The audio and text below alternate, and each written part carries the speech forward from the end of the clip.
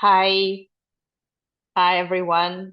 Um, well, this tour is connected, was related to the tour I did last weekend.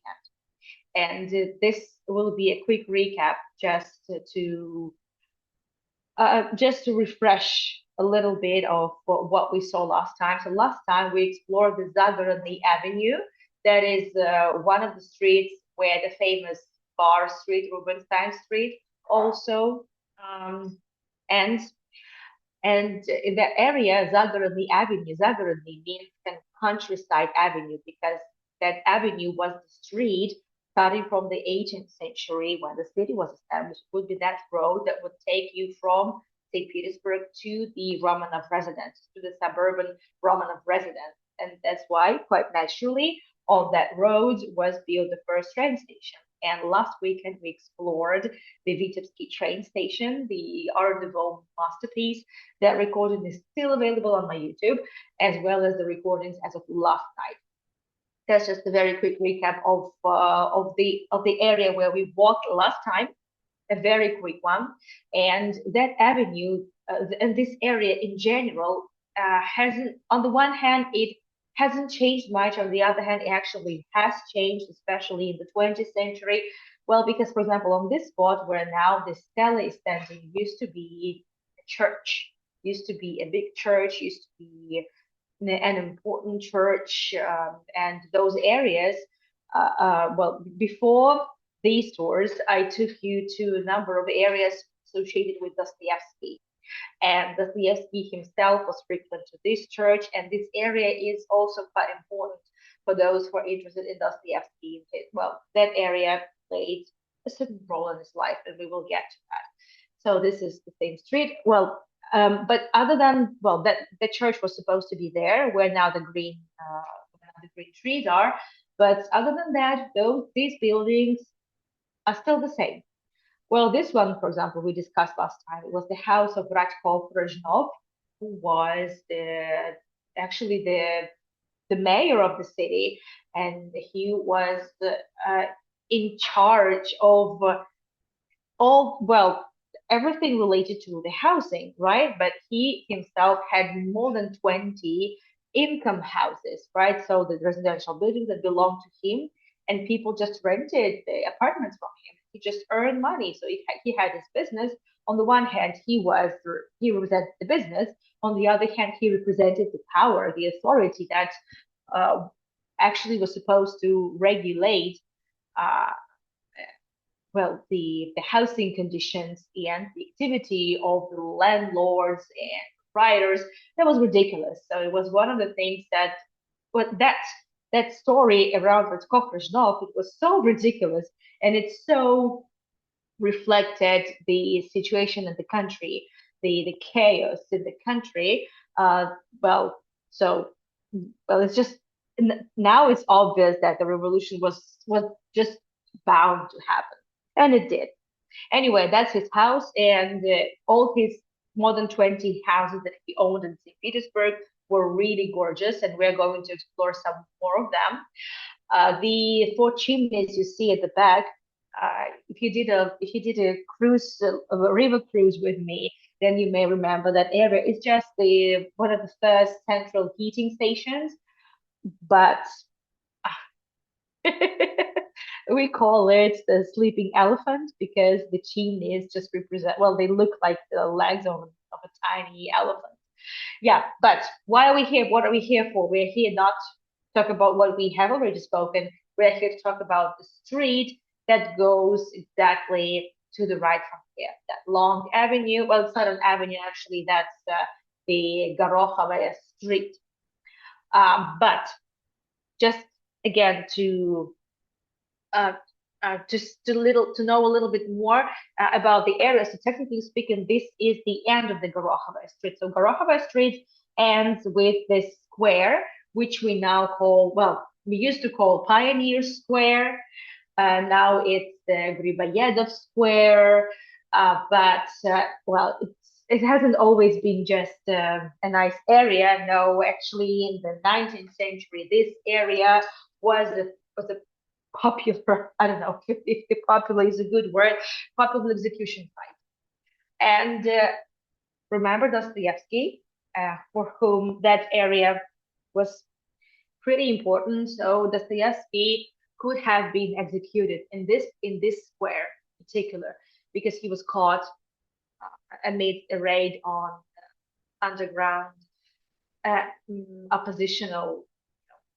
Um, well, it was like not exactly a party, it was like a secret society in a way, kind of a secret club, very anti-monarchy, and he was caught there. He was just present there, and he was sentenced to capital punishment, but at the very last moment he was given the pardon from the emperor and sent to exile for 10 years. So not, right now there is a monument to Alexander Griboyedov, who was a Russian poet, also did a lot to Georgia, and in Georgia he had a Georgian wife, and he was an ambassador to of Russia in Persia.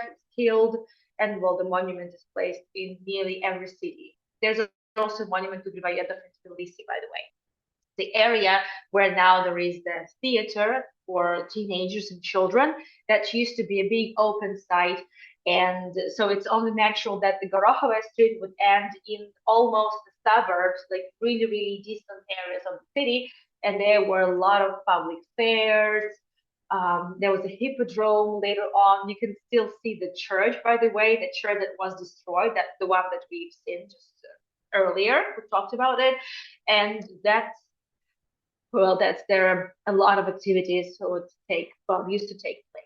It was just a big open site, and there was sport events, well, all kinds. That was a nice, very fun thing. That photo I shared last time. This is all Russian officers are about to leave front in 1914, and this is the big well, church service to bless them before the war. And why here, by the way? That's simply because the train station is 2 minutes walk that way, right? And that train station is really important to us because one of the people who lived in Gorokhovaya Street, that train station was absolutely crucial. Yeah, so let's talk about the Gorokhovaya Street. And I told you it would be a winter tour, so Oleg filmed it for us about in January, about 2 months ago. This is how snowy it was, and actually it was pretty cold. He had to, his telephone died, so he just films it with a gimbal and his iPhone. So his telephone died at some point. His battery just went totally flat, and he had to just take another phone because the power bank would not work, quickly. So yeah, it was a bit. You see how cold it is. Even the monument to Griboyedov was had a little bit of frost on it, just frost on the stone. Yeah, so that's the theater built in the Soviet times. Well, the theater for the young viewers, kids, teenagers mainly, and it's fully functioning, and this area is full of fun. But for Dostoevsky, so a bit more than just 100 years ago, it was not really much fun. But and all that, and the hippodrome and the big area, for public activities, like big open field that was um, behind the theater. So the Gorokhovaya Street ends here, and exactly in the opposite end of it is just straight line, straight road, and it starts with this building. So the Admiralty, the historical shipbuilding guard, was originally established by Peter the Great. This building is from Catherine the Great times. That is the second half of the 19th century, 18th century, sorry. And as you know, this place, the shipbuilding guard, was kind of it was the spot from where three biggest, main streets, avenues would be started, and it looks like a trident. If you look at the map, I don't have this image now with me, but I might be able to share it next time. So it looks like a trident if you look at it on the map. Avenue and the three roads. So, so the plan is we're going from the end to the beginning of the Gorokhovaya Street. And Gorokhovaya Street is called so because well, it's only a theory, unfortunately. Well, it's like in many, yeah, it's a very common thing that it's not always clear why a certain street or an area is called this particular way. So, but we, well, kind of it's mm, pretty conventional, let's say, in the city that there was, and there really, really was a landlord who whose last name was Gorokhov. That's basically it. And he earned uh, lots of plots of land in that area, and that's how this eventually will be called Gorokhovaya. That's simply it. Actually, it means Gorokh means peas, like green peas. So Peace Street. So, and this street was let's put it like this: the further you are from the downtown, the closer you are to the Zagorodny Avenue, to the countryside avenue. Well, the younger, the newer the buildings would be. That is end of the 19th century, mid 19th century. However, since Zagorodny Avenue from the 18th century, it has been a main, let's say, thoroughfare from this downtown to the suburbs. There had to be certain buildings, there had to be some checkpoints, everything. So there are a lot of like functional buildings that are older, administrative buildings that are older, but every once in a while you will also come across modern ones, like that ugly building.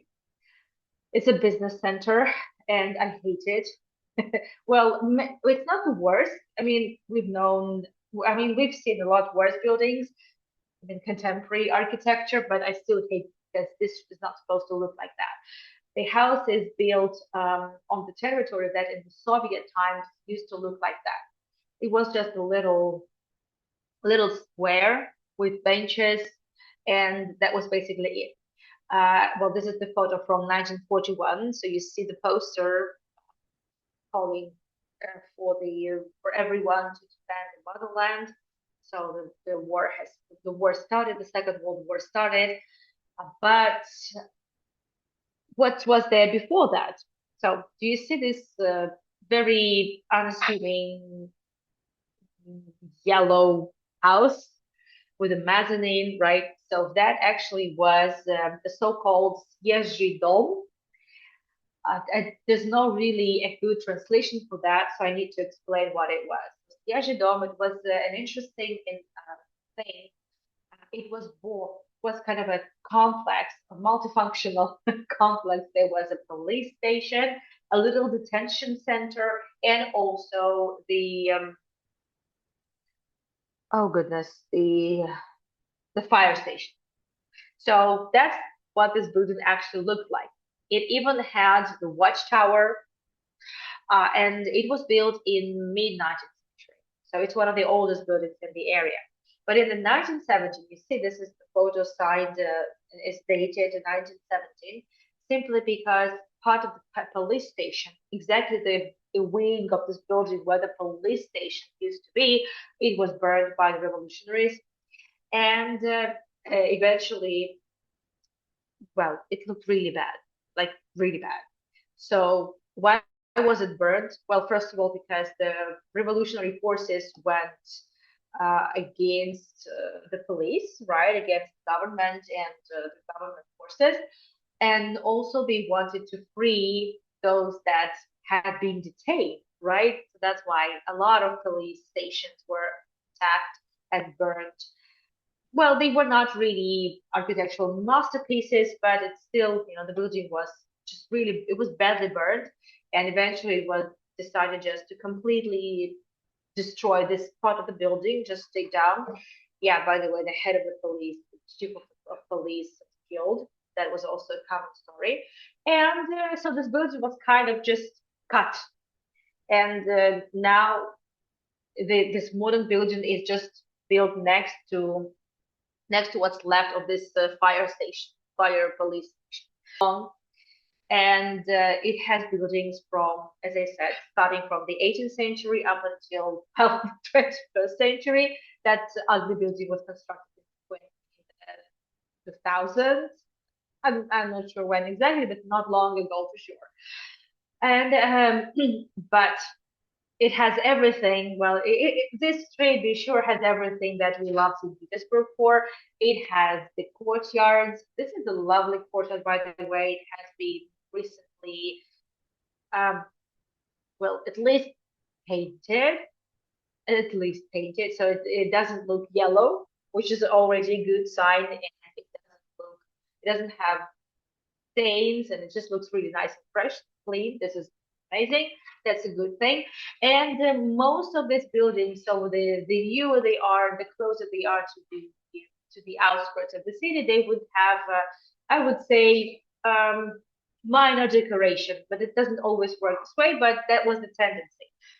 Well, but still, you'll see old tiles. You'll definitely see at least some bits of the decoration. Many of these buildings still have the original doors, original plasterwork, at least this or that way.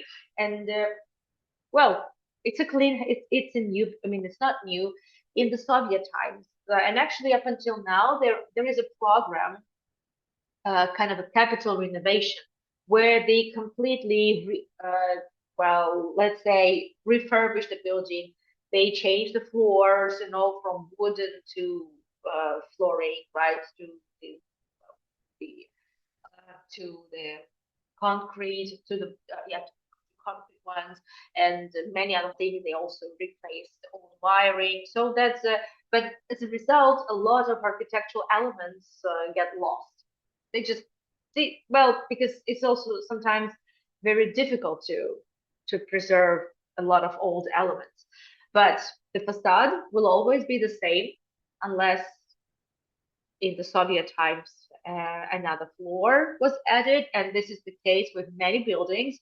And you'll see that there are, well, the smaller ones are the oldest, and you can see how, I would say, quite inconspicuous and quite ordinary the smaller buildings look, because because in their, let's say, middle of the 19th century, there was not much really here. So only people who just could not afford to live in better neighborhoods, they settled down here.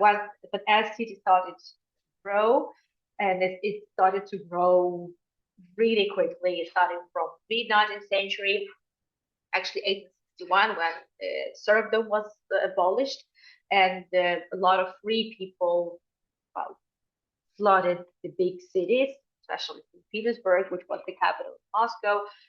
So there was desperate need for housing, for apartments, and this is when the real estate market just boomed, was booming up until the revolution, basically, and then as well.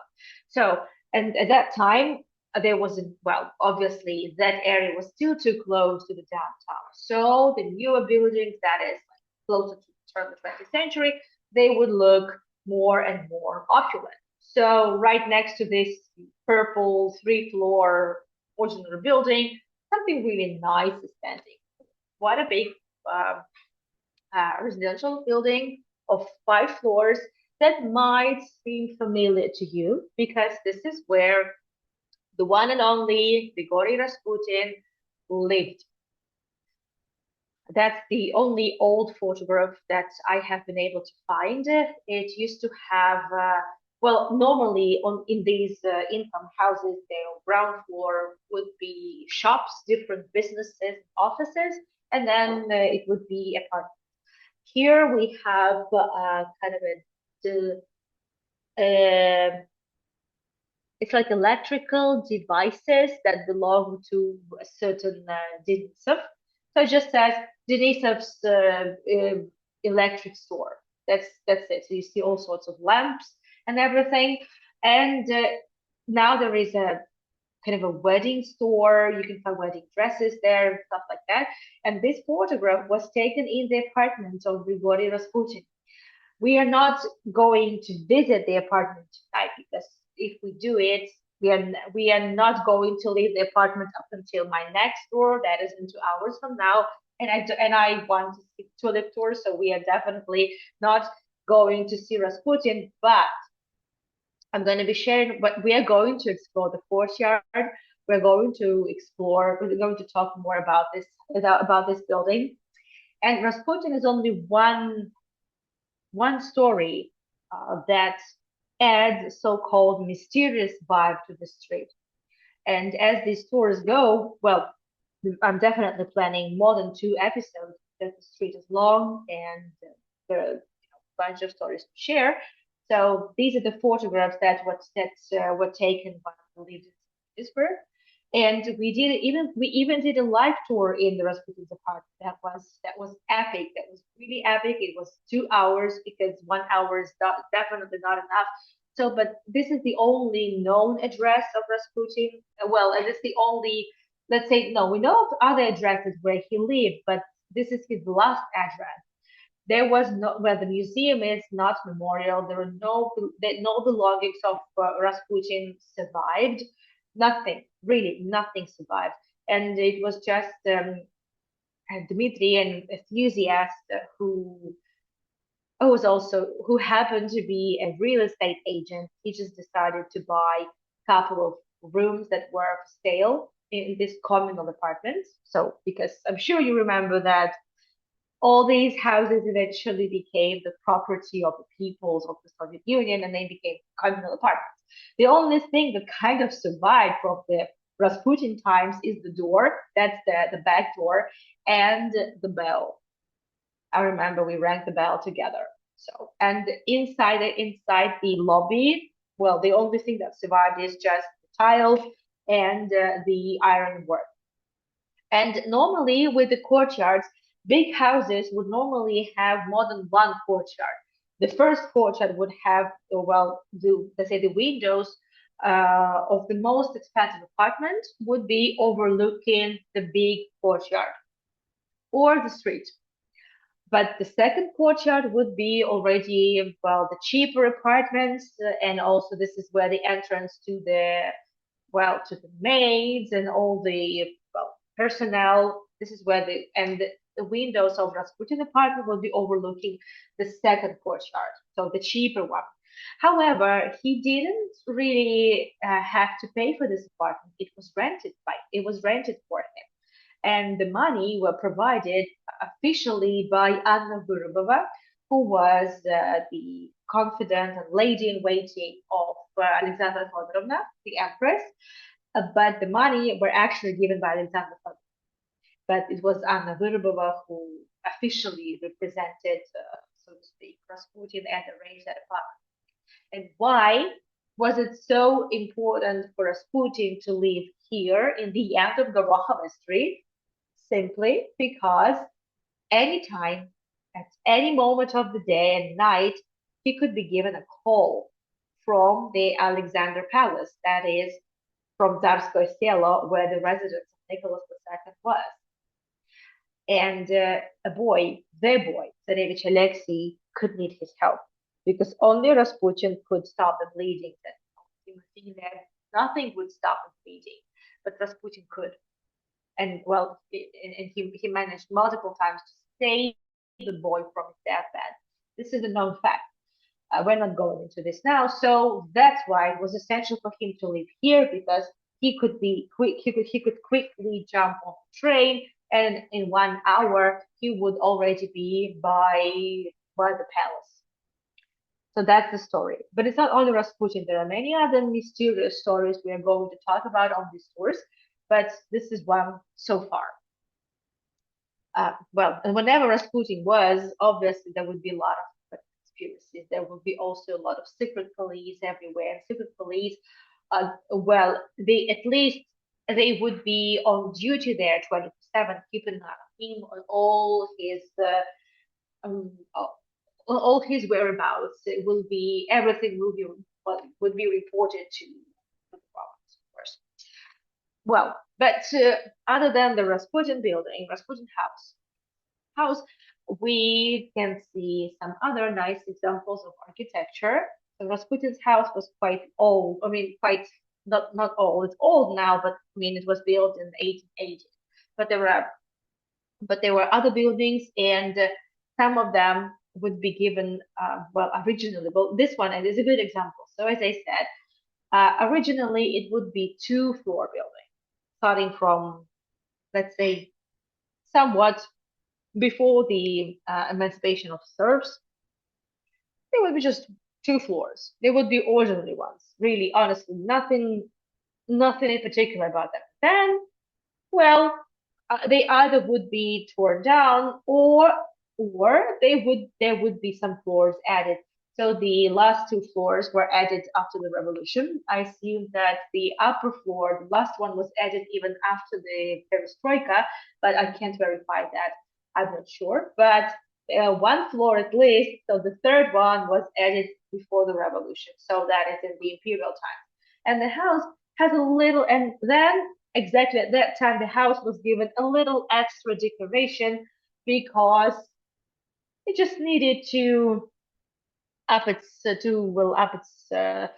status, so to speak. So all of a sudden, there would be all these caryatids and atlases placed in the lobby. Originally, it was not supposed to be there. It looks a little bit odd, right?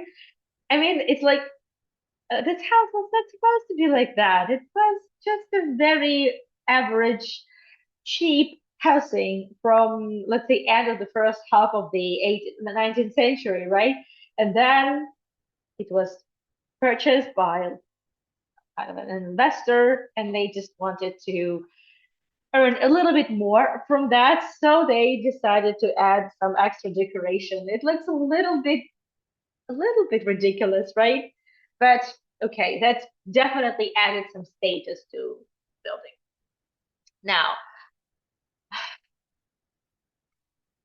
some of these buildings are typical, nothing interesting with regards to their looks, their exterior or interior, but there are some interesting stories. So I also like to share some of them. For example, in this house, you actually belong to Vasily Muravyov, who was a merchant and he dealt with the fur trade. He was one of the biggest fur suppliers in the 19th century. He lived in this house too. It was very common for landlords to live in the buildings they owned, so they would to pay rent, please, right? And he lived in this very house together with his wife and his son. Well, it was a very successful family, but they were really integrated in the life of the community. They were always friendly with the church. They donated lots of money to construction of churches. They helped orphanages. They helped a lot of charity organizations, and they were truly well Christians. You know, they were believers and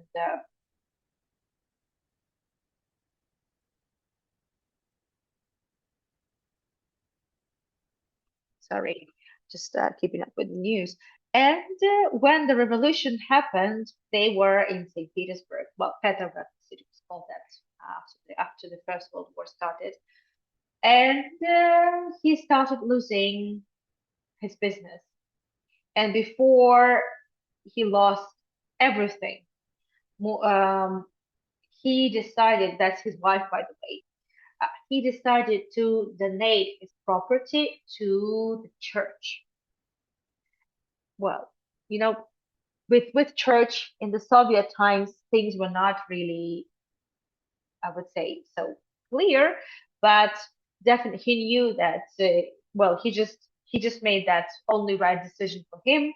He knew he would lose everything he had, and he wasn't going to leave the country because he loved his country and couldn't see him anywhere else. So he donated, while it was still his property, he donated everything to the church. And little by little, he started, well, attending seminary, and eventually, so he became, first he just became a monk. Well, you know, that's, well, in Orthodox Christianity, there are two kinds of monks, ones that could be married and have children, and ones that could not. So he was the one who could. And then eventually he became a priest,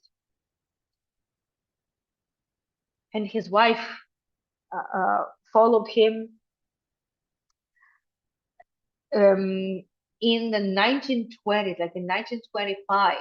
So at that time, like, so the Soviet Union wasn't born immediately after the Winter Palace was stormed, right? And the first after the revolution, the civil war started, and it only finished by 1921, 1922. And then the first years would be, well, the church suffered, but mainly it suffered just from lootings. But at that point, was not really persecuted as much. And those were relatively better years than what happened later on, especially Stalin. So, but due to his worsening health condition, he left Leningrad at that time. Not yet, yeah, Leningrad at that time, and he went to an area called Viritsa, a small settlement, and that's where he took a name Seraphim, and thanks to his activity and how he helped local community, how he helped the church, how he stood with the believers amid the very much anti-religious times. So he passed away, and then he was proclaimed saint. So Seraphim of Viritsa. That's his photo. That probably was taken not long before he passed away. So he lived in that house. This house is sorry, that this green one is a modern building, and it's just an office of one of the gas companies. I'm not sure, and there's nothing there. There's nothing interesting in this house in particular. So it's new. I mean, it could have been way uglier, but I like the house next to it. That is the Dernov house. Well, Dernov is just the land. In many cases, I might have told you this before. It was all this property was registered to the name of a wife, not actually the businessman. And many buildings actually have like female names, like Dernova's house or Simonova's house. Well, here it's Dernov. So Dernov was a businessman who owned a couple of income houses, residential buildings in the city, and it used to be a gorgeous building until the capital renovation came in the 80s. And so the only things that are left are the tiles, mainly the tiles and some ironwork. I've never been inside this building, by the way, never. Just some photographs that I have been able to find. And we are not going to uh, walk along the Gorokhovaya Street now. We're going to turn to that alley over there. And okay, I am starting remembering something. We actually went to that neighborhood. We went to that alley because of a special tour with Hago that I did back in summer 2021. But we'll get to that. So this is, now it's called Большой Казачий Lane. So basically big concepts lane. And indeed, so there are a lot of streets in this neighborhood that are named just after various army regiments, like Semyonovsky Regiment, Moscow Regiment, Kazachi Regiment, Cossacks Regiment. That's simply because before this area became a big, before big residential neighborhoods started to appear, this area was inhabited mainly by, that's where, not inhabited, but that's where a lot of armed regiments would be quartered, because they had to be quartered somewhere, but it was too much, it was too expensive to quarter them in the city. So the area just outside of the city was a lot more convenient and feasible. That's where they used to be quartered. And then with more housing, with more people moving into that area, the names survived. There's still a lot of unofficial names of the area, and they clearly tell the story of which army regiments stayed where. That's simply it. Well, well, this again, I'm not talking about the modern building. I hate it, but I like the one. I mean, maybe it's not my favorite, but it's an interesting house, Simanov house. It has a irregular shape, interesting architecture, and if you just look at it, well, I don't know what comes to your mind, but to me, it looks like an interesting combination of Art Nouveau, Art Deco, and constructivism, or like Bauhaus. Constructivism is so-called the Soviet version of the Bauhaus. I'm grossly oversimplifying it, but just for you to have an idea. And it belonged to a certain Semyonov. It was built in 1914, 1915. I mean, look at this. Like it clearly looks Art Nouveau-ish on the one hand, on the other hand, it looks a bit more industrial. And those towers look to me, they look a little off. It's like these upper parts were placed by mistake, and like they just fell from the skies on the two wings of the building. I'm not sure. Not sure what happened there, but that's the house, and the towers have been there from the beginning, from 1914, 1915. You see them in the photo. So, but that this is the photo, I believe, of 1920s. But you have the idea. And this house has some minor decorations. Um, well, really minor, quite unusual. Well, this one doesn't look Art Nouveau-ish at all to me, right? It looks something more brutal.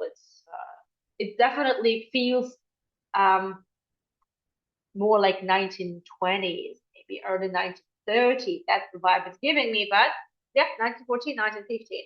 Maybe the architect kind of could see the future, and that's what we saw. I'm not sure. So it's not really my favorite example of Art Nouveau in the city, but it's just, I would say, again, as I said, very eclectic street. And that's one of those eclectic buildings, but building next to it with the towers, the Zaharov house, I like quite a lot. I have never been inside, and much to my shame, actually, I've never even explored the courtyard. In many ways, in many cases, the courtyards, even when they seem they are closed, they actually are not closed because sometimes it's all, well, it's only to the courtyards one can access some area in deep in the quarter. So most lobbies, especially in such fortress buildings, would be closed, and if they would have either the key or some electric lock or something. I'm not sure, but the courtyards are open. So in this house, it used to belong, and in this house used to live Mikhail Zakharov with his family. Mikhail Zakharov was one of the biggest brick manufacturers. And just imagine, not second half of the 19th century, boom of construction, right? So, and bricks was the main construction material, right? So, well, not the only one, but the main one and the cheapest one. So imagine how quickly this man became wealthy. And I don't know that, but now it makes sense to me that this house was actually must have been built with his bricks. There is a brick museum in St. Petersburg. There's just a local enthusiast who, in the meantime, you see the photographs that I found of some of the stained glass decorations in the lobby of this house. I don't know what the condition of the lobbies are now or is now, but I've been able to find photographs of some stoves in the apartments, and the stoves are lovely, just lovely. So, but we're going to explore a little bit the courtyards, and as we explore the courtyards, I can just tell you a bit more about Zakharov. So the Zakharov became super rich, and his children. It was a common thing that children, well, eventually passed down his business to kids, and the children took over. They were they were involved in in the construction, in the development business. They had enough funds to study in Europe. They traveled a lot. They had property also outside of Russia, of course, and they became professors of architecture. And so as their children, that are the grandchildren. And so when the revolution, when the First World War started, one of the grandkids of Zakharov, um, Alexei, was in Europe, and from there he went to the States, and he stayed in the States. So he was able to leave Europe when the First World War broke out. He managed to escape to the States, and he stayed in the States, and he lived with his family in the States. For some time he lived in Chicago, and in Chicago he built Orthodox St. George Church. If you've ever been to Chicago, well, you may have seen this Orthodox church in Chicago. I've never been to Chicago, so I've never seen this church, and I had no idea that it was built by someone from my city. Looks lovely, and well, so now you know. Now you know. Obviously, there were a lot of Russian immigrants, and he and Zakharov, Yefim Zakharov, Alexei Zakharov was his brother, so another grandson of Zakharov, the brick maker. So they actively supported the Russian immigrants. After the revolution, they obviously flooded. So some of them eventually fled to the States. Not immediately, it wasn't just an immediate process. So, but yeah, that's how Zakharov helped also the community. And another very unassuming building right ahead of us.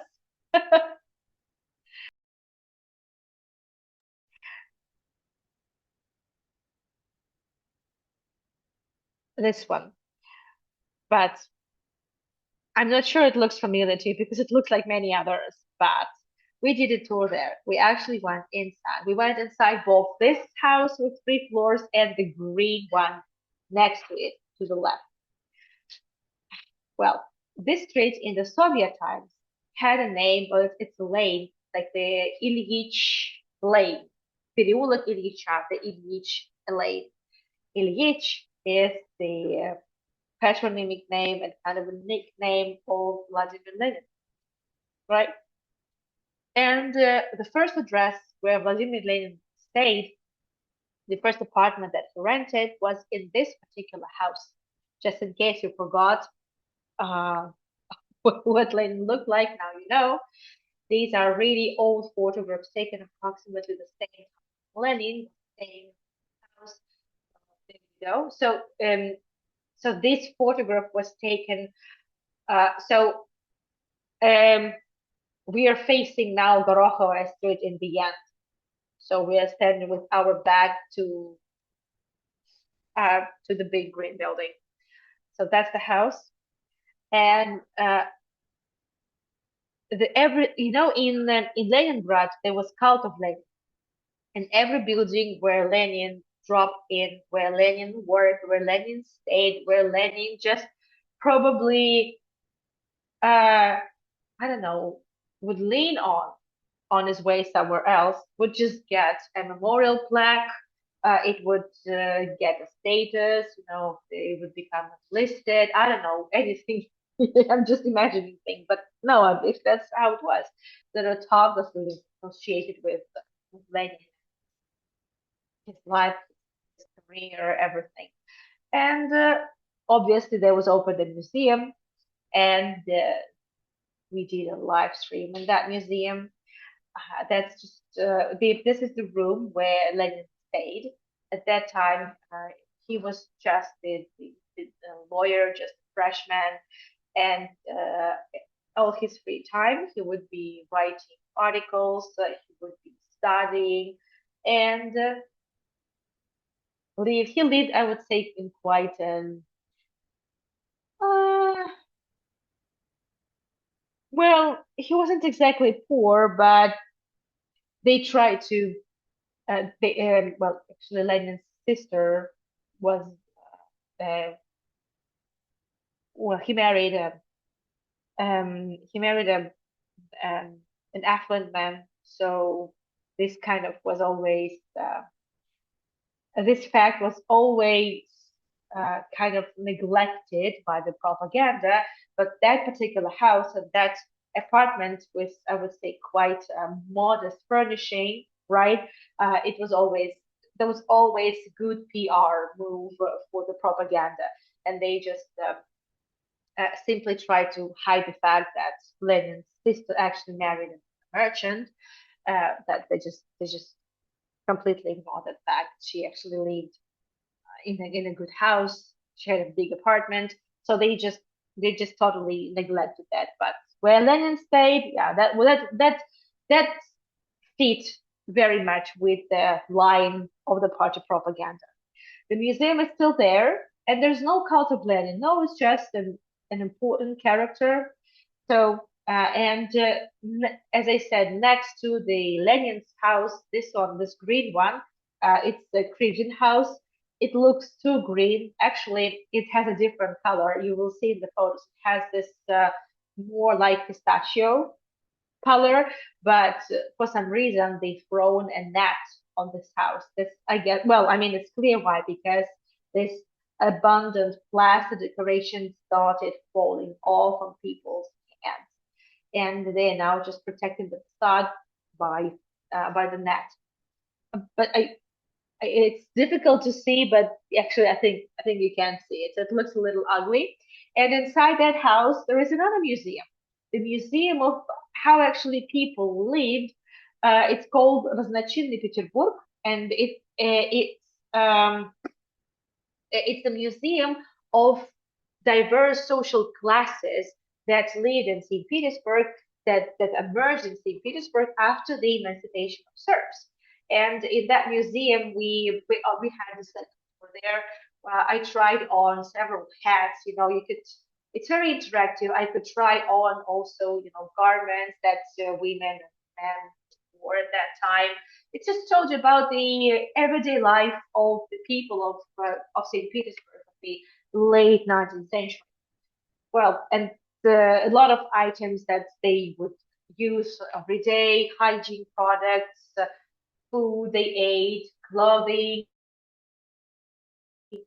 um, did I say household items, cosmetics, and just everything. So just a very curious museum, very curious one. I actually have a video, so maybe we can go there again. We'll see. Anyway, and speaking of the Christian house, oh well, so just the decoration of it. It was the most. It was one of the most expensive buildings in the area when it was built. This is clear Art Nouveau. I mean, look at all these decorations. I've never been inside, unfortunately, so this is the photo I found online. The inside looks impressive, right? I mean, just look at this window, look at this plasterwork. Well, but it doesn't look very Art Nouveau-ish from the inside. But anyway, so and I think I would like to wrap up. We still have 5 minutes, but I think this is where I'm going to wrap this up. And next time we'll start from here. I don't want to overlap with Stefan's tour, and I want to watch it at least a little bit at the beginning, tulips and everything. I'm really excited. But what I'm just going to say that this house looks horrible. And most people say it's something from the Soviet times because it has this Soviet vibe, especially at Stalin scale.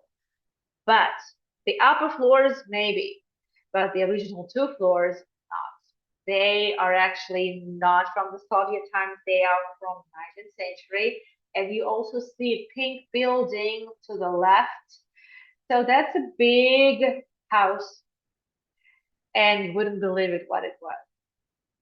It was a bathhouse and a spa for men. Ooh. Yeah, next time I'm going to share with you some photos and some nudes too. Yeah. Bathing men. Yeah. Okay. But that's gonna be next time. Just kind of teasing you a little bit. So Let me open up the chat just to have a quick Q&A. I'll be able to do that. Okay, yeah, okay, yeah, good. Still good at the hang of it. I'm going to share with you the link, especially for those who joined a little after we started. I don't think you have access to the previous chat messages. Well, I'm going to share the links here. So in 2 hours from now, I'm taking you to Jerusalem, another premiere in new series of the video walks that I recorded this last time when I was in Jerusalem. Well, and also oh no, in summer. First of all, in summer, last summer. But well, it's a mix of different videos that I filmed over the course of my studies and my stay in Israel. So I'm taking you to all these 19th century Christian sites on the Nablus Road, just in East Jerusalem. We'll see also some local neighborhoods, just a little bit, because it's in East Jerusalem. It's really different from other parts. We'll talk a little bit about geopolitics, but that's in 2 hours from now. Let me know if you have any questions, and just to let you know that the recordings as of last night, in case you missed some person who really wants to tap on them, are already on my website. And also some tours for the upcoming weekend, like part 2 for Gorokhovaya Street is already there. It's already scheduled. You can book it from my website as well, or with this link. Thank you, Alan. You love the ironwork on the balconies. Yeah, no, well, again, on the one hand, this area hasn't changed. On the other hand, something has changed, but not much, not much. So I'm happy that a lot of ironwork, a lot of the plaster decoration has survived. Thank you, Cindy. Thank you so much, everyone. So I hope I'll catch up with some of you on Stefan's store in Keukenhof to see the tulip season opening, and I'll see some of you in 2 hours from now in Jerusalem. Thank you for your interest in my tours. Again, sorry for rescheduling, but I really want to see the tulips, and I want you to see them too. If you enjoyed the tour, I would appreciate your support. You can either send me a PayPal donation, or you could buy me a coffee. The links are over there. The information on Stefan's tour. Okay. Once again, let me just find it for you.